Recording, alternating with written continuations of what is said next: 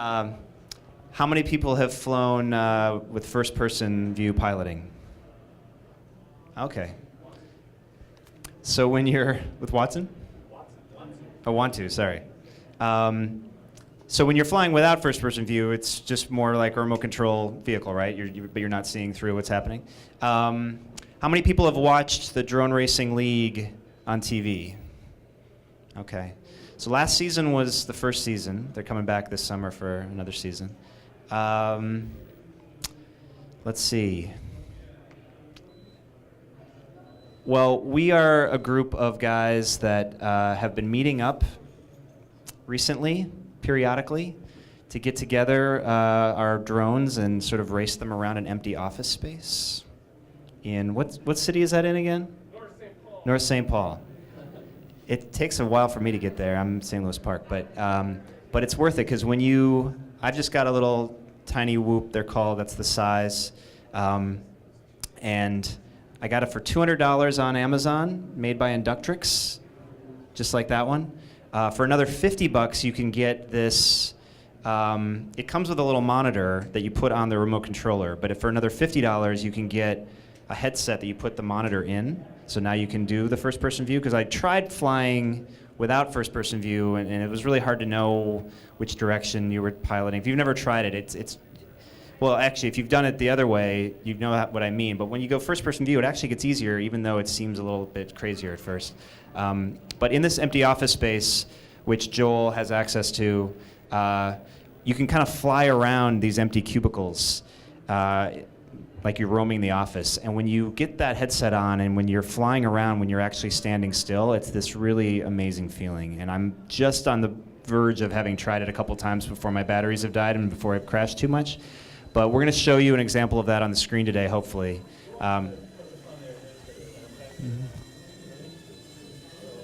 Okay.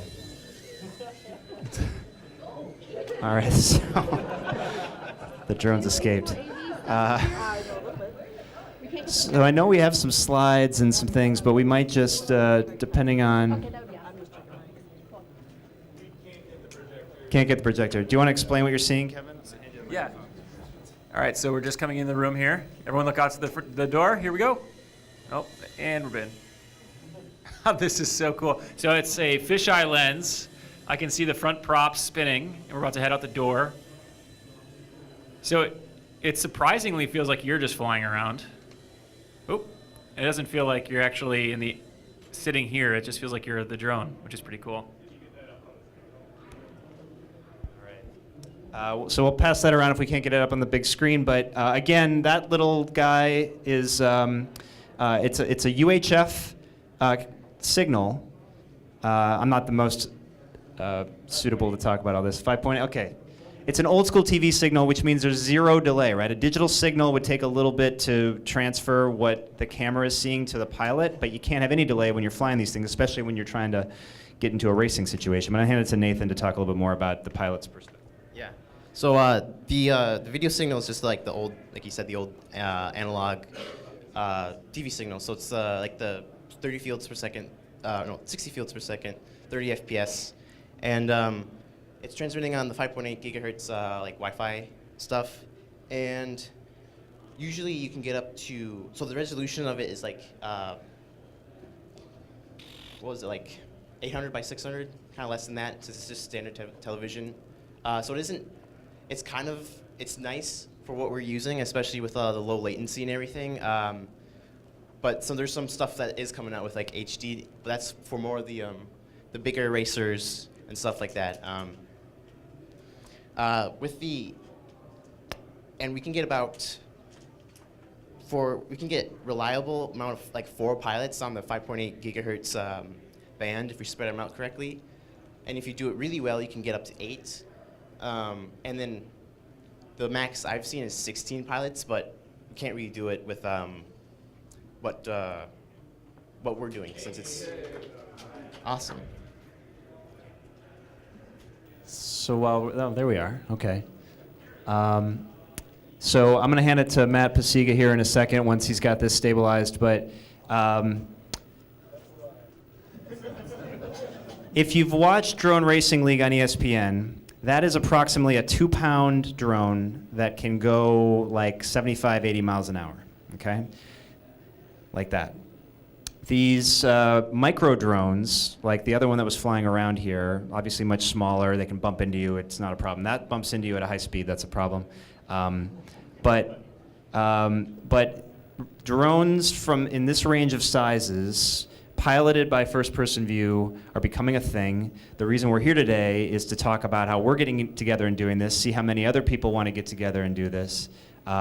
Get into the headset tech, get into the drone tech. If you're a tinkerer, it lends itself for now to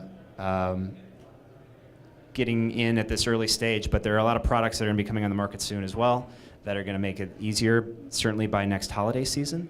And then there's going to be more people that want to get together and meet up, and we're here to help facilitate that. So, Matt, I'm going to hand it to you. So the other part of why we're really interested in this is not only the technology side of where we think it's going. If anybody was at Marty's last session about AI and bots, if you start to think about this ridiculous future, and I'm not going to promote this book, but I just finished reading this book that is totally fiction, but it's called We Are Legion, We Are Bob. If you ever get a chance to read that book, it's totally this idea about von Neumann probes.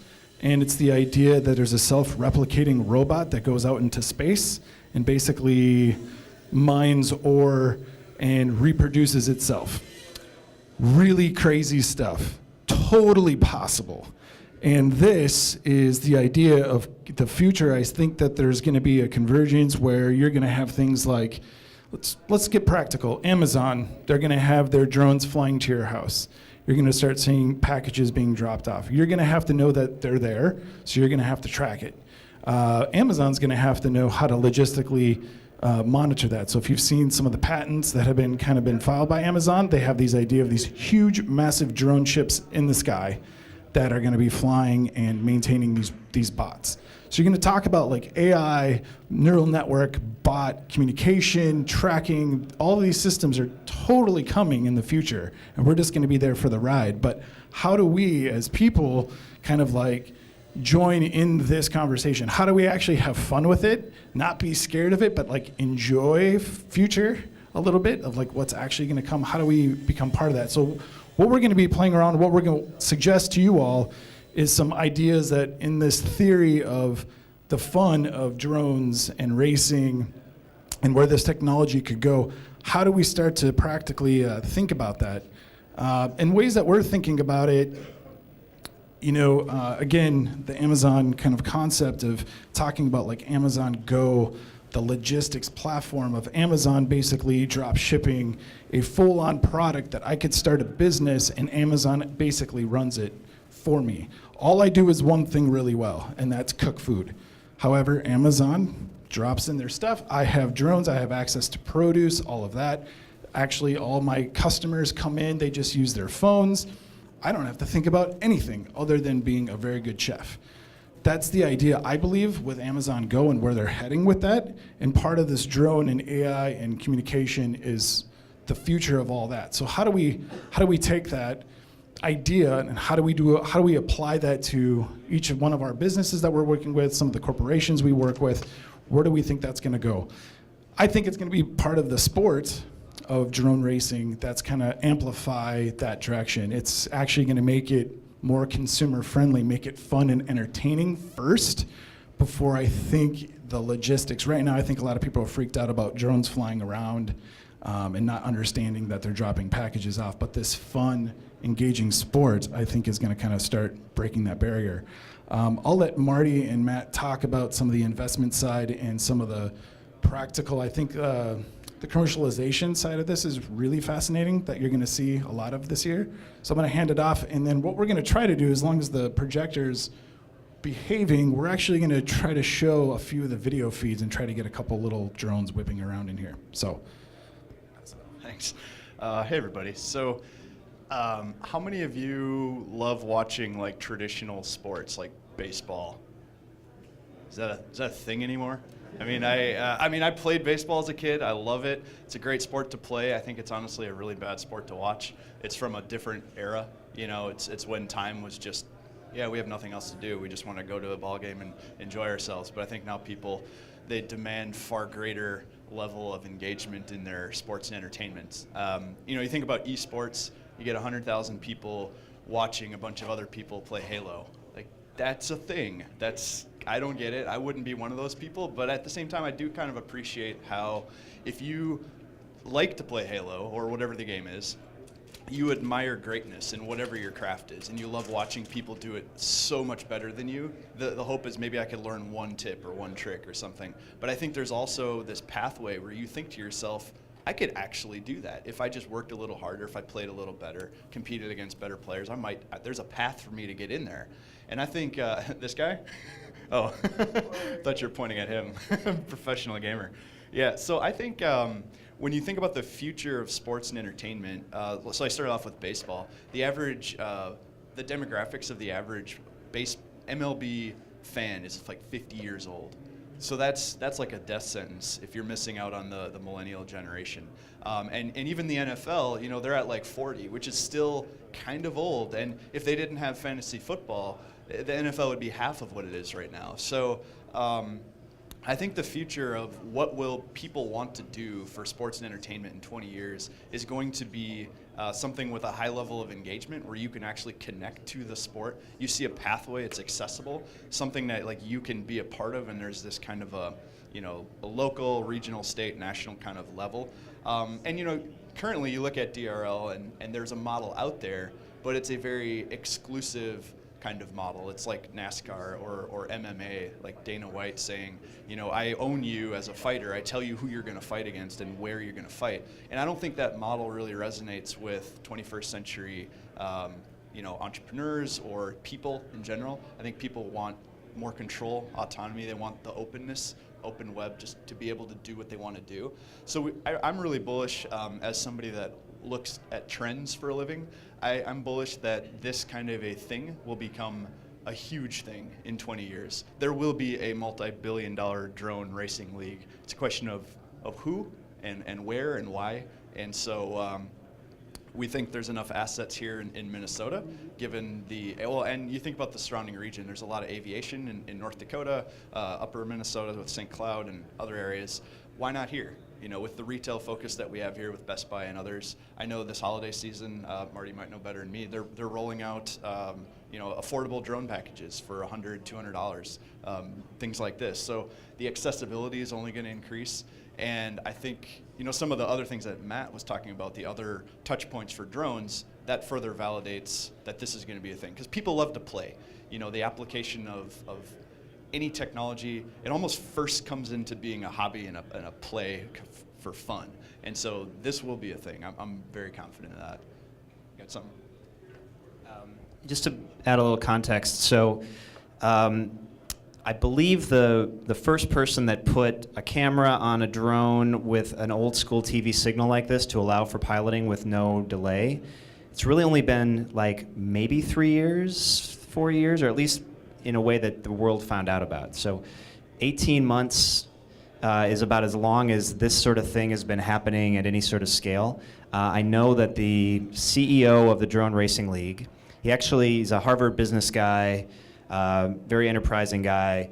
He was leading the growth of the Tough Mudder race series for several years. And then he was in New York and he saw some guys in a field with some drones and they were piloting them first person, and he just jumped. Okay, he just absolutely jumped. And this was like 2 years ago, not long ago. And now they're about to enter their second season on ESPN. So the speed with which this is moving is extremely fast. DRL just announced their title sponsor. Did anybody hear who their title sponsor is heading into this season? Allianz. And I said, whoa, they're right down the street. That's awesome. He's like, no, it's not the one in Minnesota. It's Allianz out of headquarters in Germany. Now, Allianz has a huge sports presence overseas. They sponsor the Bayern Munich soccer team. Their name's on a bunch of stadiums. This is going to get really cool really soon. So they don't really have a strong sports presence here, but now they're going to be on ESPN as the Allianz DRL. But the other interesting thing is that Allianz, you're like, why an insurance company? Well, there are a lot of drones out there now, a lot of commercial drones, and those things need to be insured. And Allianz is one of the first companies that's offering drone insurance.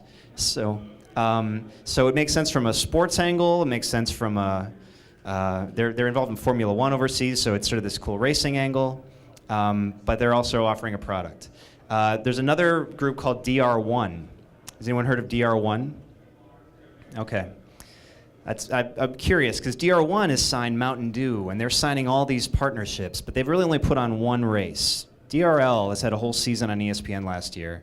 DR1 has put on one big race in the Sepulveda Dam, and they put it on Twitch, and they put it on some places, and it's been syndicated around the world on TV. They have plans for a 3-part series of races. A race series with DRL style drones, like that one that's hanging there on the counter, more that kind of 2-pound style drone. They are in talks with amusement parks and having race courses happening around amusement parks where there's naturally occurring obstacles and gates. And then a micro series. The micro series would be like the little ones that's been flying around. They're actually looking to kind of have, with a ton of sponsorship, a bunch of different series like that. The question is, are they going to be able to pull it off? They haven't done much yet, but there's a lot of talk and a lot of sponsorship. Interestingly, DRL, Drone Racing League, they focus on these super fast 2-pound drones. The pilots don't bring their own drones, by the way.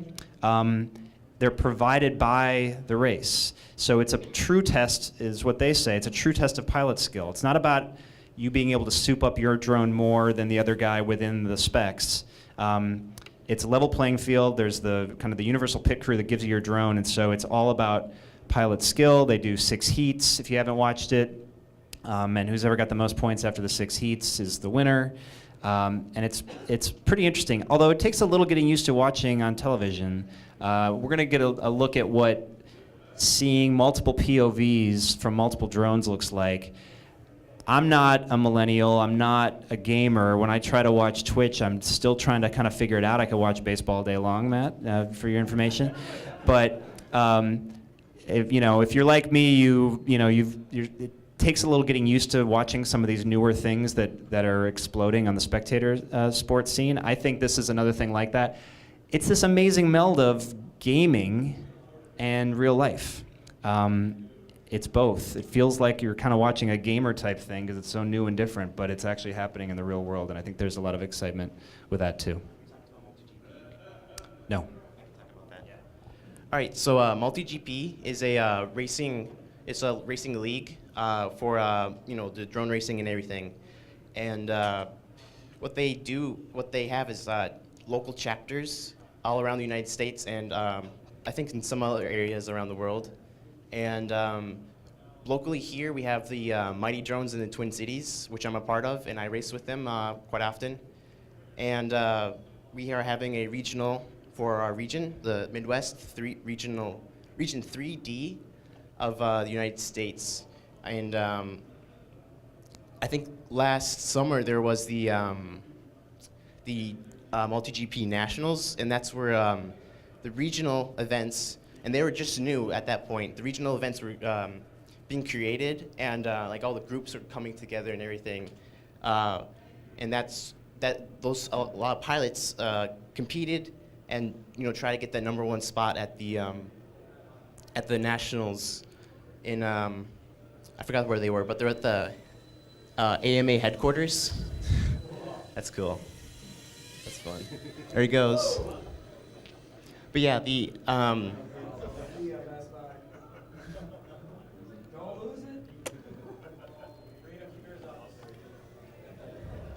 let's see, what else? So yeah, and let's see what else.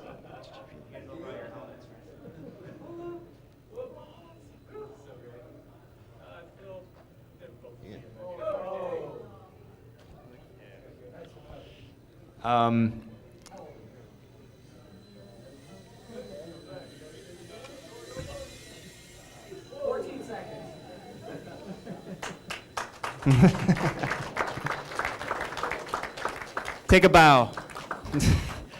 So that's pretty cool to watch. I think if you watch DRL on TV, they cut between POV shots like that and sort of these little colored lights flying through the air, and that's kind of hard to see. So I think even the spectator experience of this is still getting figured out.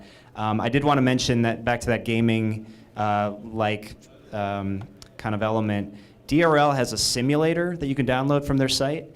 It requires a pretty powerful gaming PC, I think, but you can use the controller that you can fly your own drone, your real-life drone with. You can use that with the simulator, and they're actually using that as a recruiting tool to find the best pilots. If you win the simulator tournament, which Bud Light sponsors, I believe, you get invited to fly in the real DRL circuit the following year. So if you're aspiring drone pilots and you want to play with the simulator, it could be your ticket to the big leagues.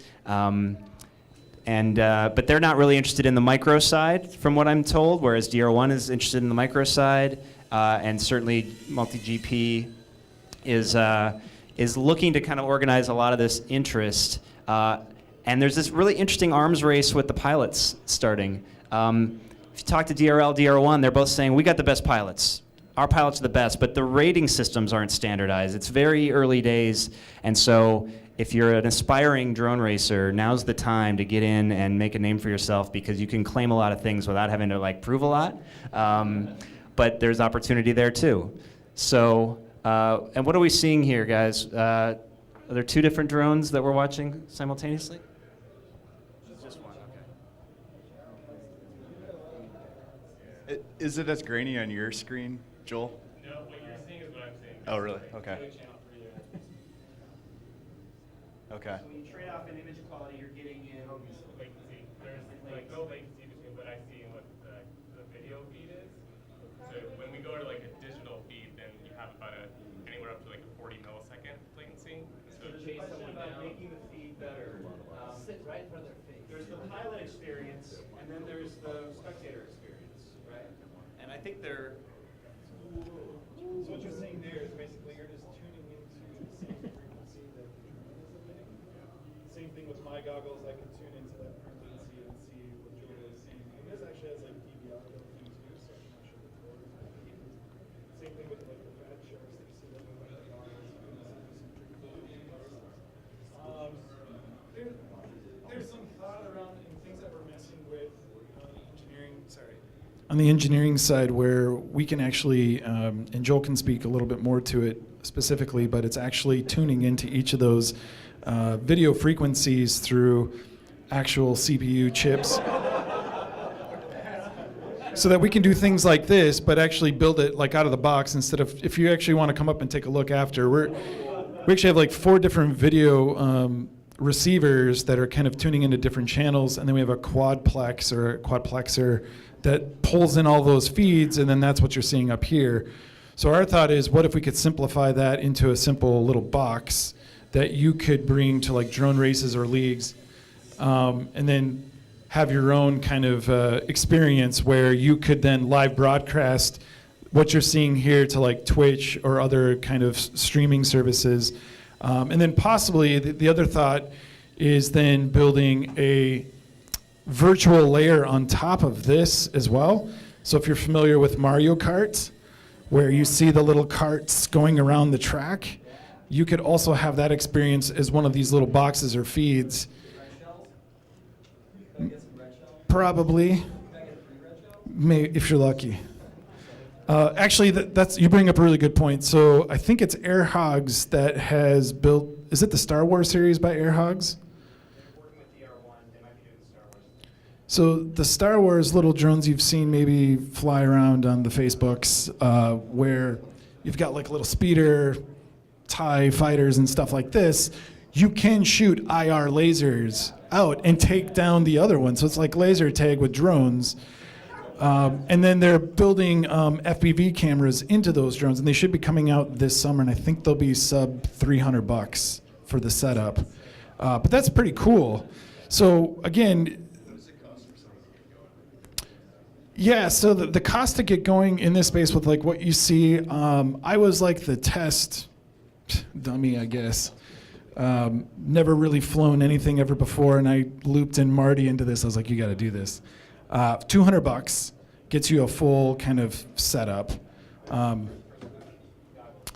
Not with the first-person goggles. I opted to get the little box goggle component thing that's going around, and all that is just a magnifying piece of plastic to a screen. It's not fancy by any means, but that was I maybe spent $225 total to get a controller, my first little drone that I destroyed, but it took a lot longer to destroy over time, mind you, versus say some of these bigger ones that cost more money. There's a question.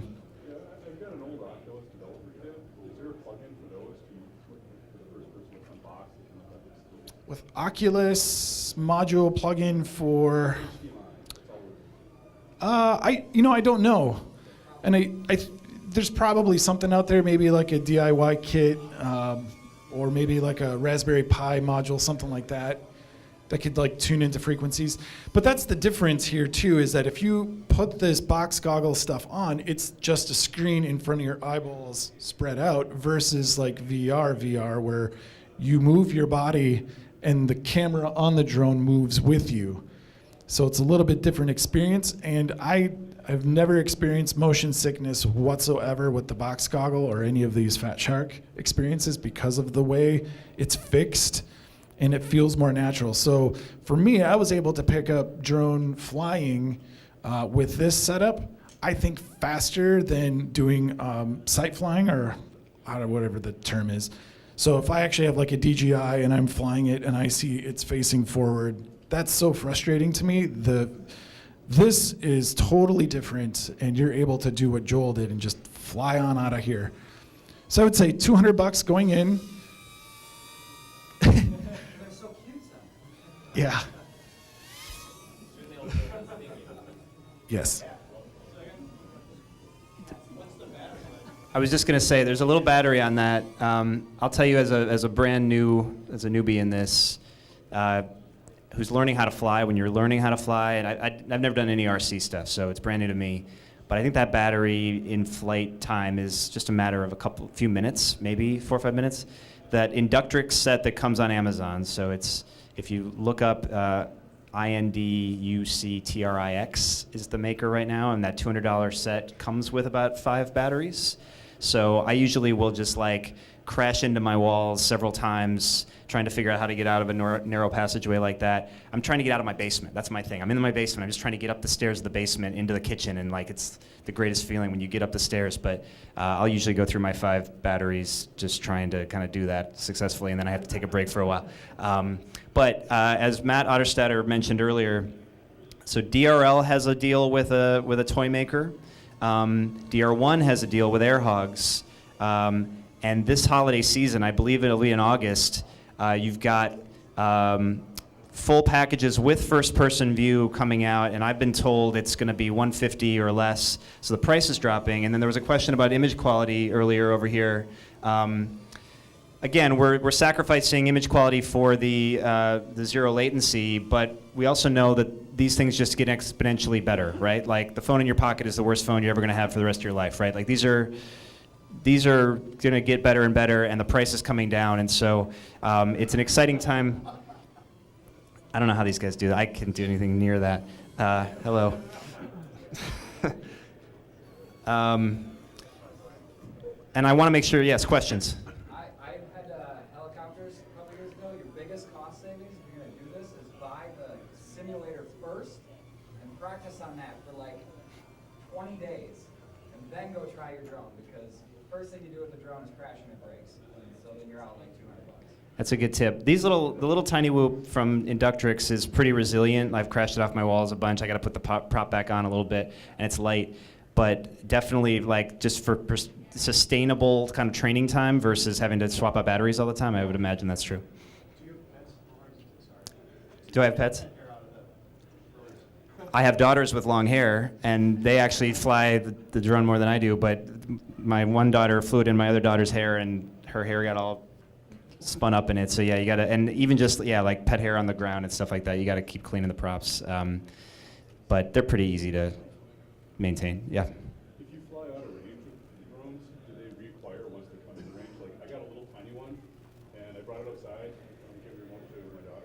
shot it straight up, and we never found it. So, Range question? Yeah, it kind of does. For a lot of the toys, the smaller toys, they might not require signal. For what we're doing, and like since this is regular remote control stuff, they do require signal once you get within that range.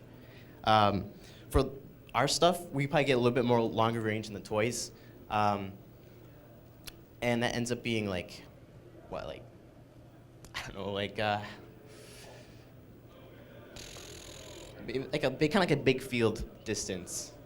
I don't know. I would also say too, like what you're seeing, there's one going around, so that's a pretty hacked together little drone right there. So it's a little bit of a mix of the Inductrix drone that Marty's mentioned that you can get off on Amazon. So that's just that camera. And then I bought a little canopy from a guy off on Amazon for like $3. And then I got the frame from a Chinese manufacturer. And then there's 3D printed stuff that are on Thingiverse, like all over the place, people trying to. So this space is moving quite fast as far as drone things that I've been involved with. When you're looking in like the 250 class, I think Paul Sarin up here can even say like he bought a 250 class 2 years ago. Now that has been so deprecated and the technology is so much better and cheaper. So just even buying a 250 class racing drone today versus like 2 or 3 years ago, they're completely different. And so these little drones are changing so fast, but the parts are more available. They're cheaper to buy. So now you can buy frames, like 50 frames for like $20. And so if you crash it all the time, it's just so much easier to deal with. The motors are replaceable. Every single little part about these little micro drones, it's not expensive. And that's the part I think that's really quite fascinating from a marketing point of view and like how to get into this. And you can fly it in your house. And so I don't know if we've touched on it quite yet, but we also see a pattern coming in the future with esports intersecting with these little drones at your house. Because if I can set up race gates in my house and build a mesh network and fly these things around, again, that Mario Kart top-down view of where am I, we can make up that. It's not going to be anything different than Amazon's doing with tracking drones for delivering packages, but now I can do this in my house, and now I can race my friends, my house versus your house, or I have whatever that is. Spaces will become important to, I think, the drone racing side as well. And really quick, I think we got 10 or 15 minutes left, but the reason we're here today is because we're excited about this space. We're organizing around these drones. So if you want to get in on this and you want to buy one of these drones or wait until the cheaper ones come out this summer, know that there's a group in the area that is getting together and racing and tinkering and figuring this out. We want to make that easier in the Twin Cities. There is a sign-up form that we are going to make sure you guys all know about here momentarily, if we can switch to it. But just a simple sign-up for information if you're interested in hanging around this more and getting involved and trying and learning from guys who know how to fly these really well, like Nathan. And there's also some interesting technology potential that we've been alluding to. But it's not just about organizing people, but it's also how to make these races come to life and be more exciting and have you feel like you're part of your own drone racing league and gaining some popularity as a result. It's bit.ly/stealth. Okay, if you want to take out your pencils. We got a good old school bit.ly. It's bit.ly.stealthdrone, bit.ly/stealthdrone. But there is a form there for signing up, and we'd love to keep this group together and keep scaling interest in this. Yes, Dale? One of the things I wanted to mention is, so got the tiny looks and I got other drones too, and one thing that's really impacted me with one of our other drone groups, kind of sibling groups, a lot of us are in both groups, is when you go to come out to the park or come to these flying events and you find a bunch of men of a certain age flying these things, the thing that's really interesting and the reason I like being involved with it so much is because you're seeing a lot more kids showing up to these events with questions about drones and what have you. So the more we can be out in the public and be a source of information to the public, the more we can encourage more STEM learning. And to me, that's probably one of, yes, a lot of other stuff. Go ahead on that, because that's another. The STEM aspect is a really powerful one. When you think about like Boy Scouts and Pine Cars right now, like that's probably always going to be a thing, and that's cool. But the notion that you can tinker with it, and if it was like a race where you say 250 grams, that's the limit, weigh in, and you're good. But you make it how you want it, and I think that fits with this kind of a model, a hobbyist model, as opposed to DRL being on the other end of the spectrum, where they want to control the drones. They want to say, here's your drone, you have to fly it, and it's like, well, okay, I can't do anything fun with that, This is more accessible to people and kids, like you said. And you can learn a lot about aerodynamics and controls and all these, important concepts just through play, so. I mean, to me, it's the model rocketry of the 70s. Yeah. I remember as a kid, what we had as technology, but another immersive experience and the multiple layers of technology is much cheaper than what model rocketry was. Ooh, broke something there. Well, and the other thing is, due to the weight, the FAA doesn't, and we don't know what they're going to do, right? But right now, they don't regulate anything under this weight class. Yeah, give them time. But I think they're so small. I mean, what can you really do in control? I mean, when we pitched this idea, they were like, "Oh, you can't do that in Best Buy corporate." And I was like, "Well, forget I said anything, right?" Let's just. So when he was flying out there, I was waiting to see a security guard with a bag, But I think it's you can't control the world, It's. Well, now the question is, and I had a discussion with somebody the other day, and so with the tiny whoops, I've already destroyed mine.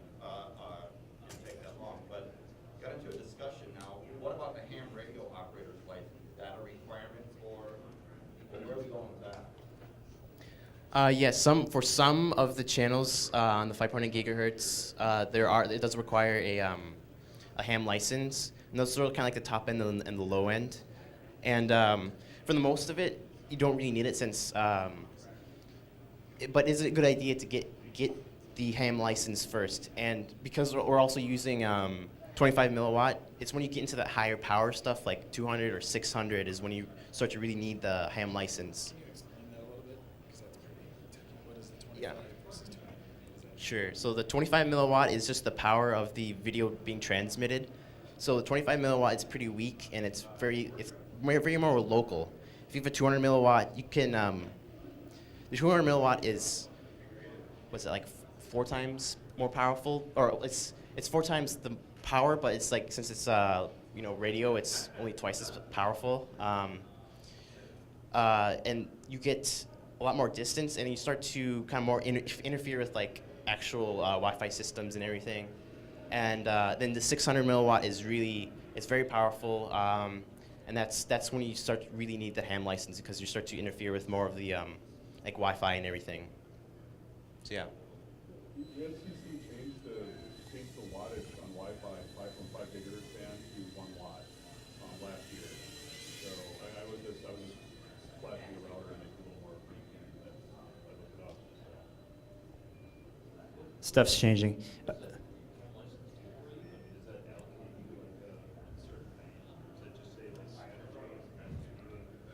Yeah, it gives you permission to do so. If you do have like a legal, it gives you more like a legal stance to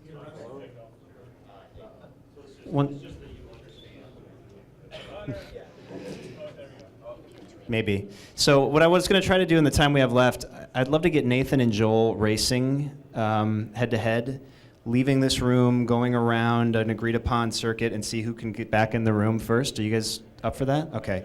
So we got to go recover that one that's lost out there. But while we're still here, and I want to make sure everybody has a chance to connect with us. I know I just read that bit.ly out loud, but stick with us on this if you're interested, because we are going to be making this easier for more people to do. Yeah. At least case sensitive, and when you finally figure it out that it's the S and the D that are tapped, that leads to a Facebook page that Ah. just so you know. Okay, we'll give you a new way of connecting with us. We'll tweet it out. How's that? Yeah. Who's Twitter?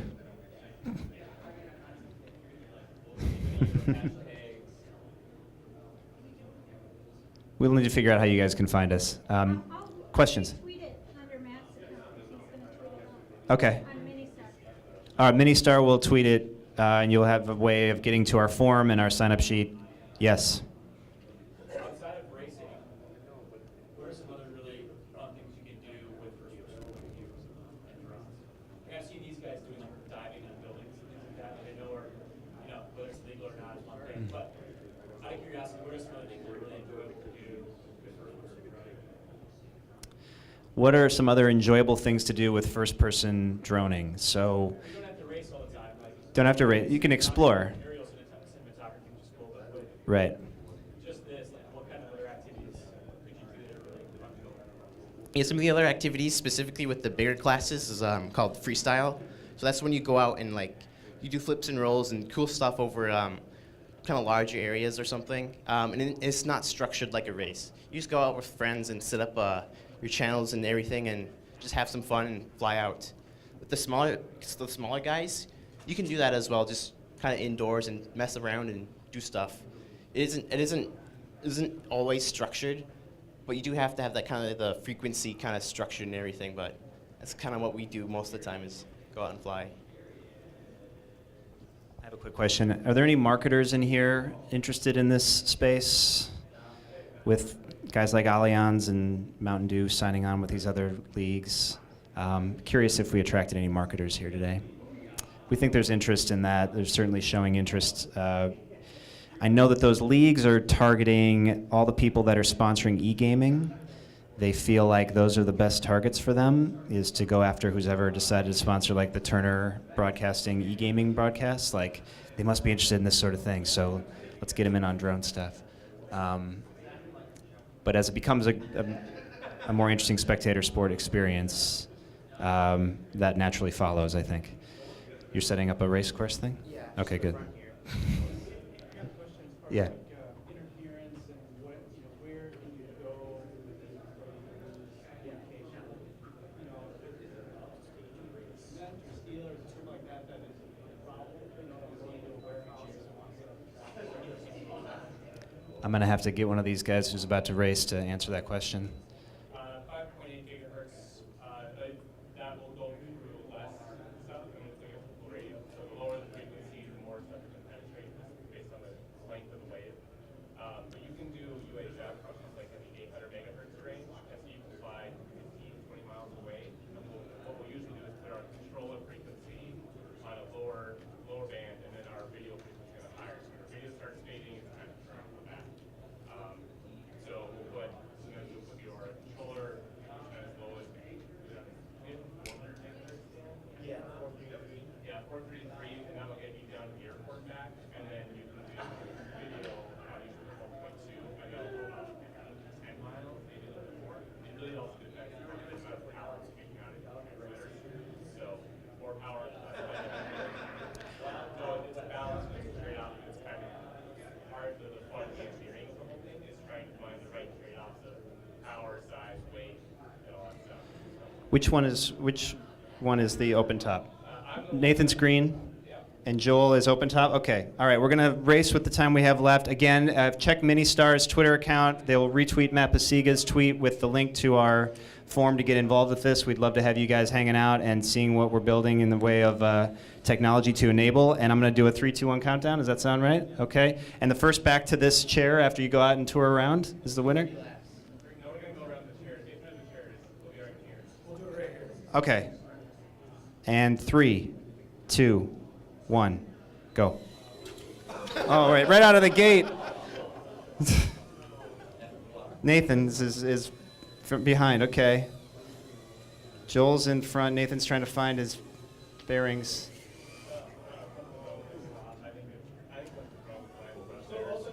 Nathan mentioned it, but Nate's a pro racing. You know a little bit about Nathan. Nathan's still in high school. So he does this professionally, and he races and wins things. Florida in January. And raced in, what was it called? It was the Sebring, Florida Airport, Sebring Airport. Oh, shoot. I can't talk while I fly. And yeah, I got 52nd out of 120 pilots, and I figured that was pretty fun and everything. And I hope to do more races and stuff. And I am sponsored by Maverick Drone Systems, so they've helped me a lot on this. So yeah. Let's give it up for Nathan. That's cool. A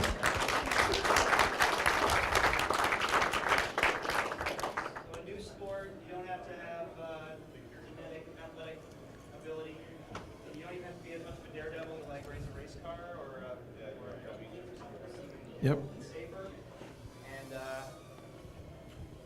And the time is now to get in on this, and in the future we'll need a lot of drone pilots for a lot of things. All right, next session. Thank you all for being here.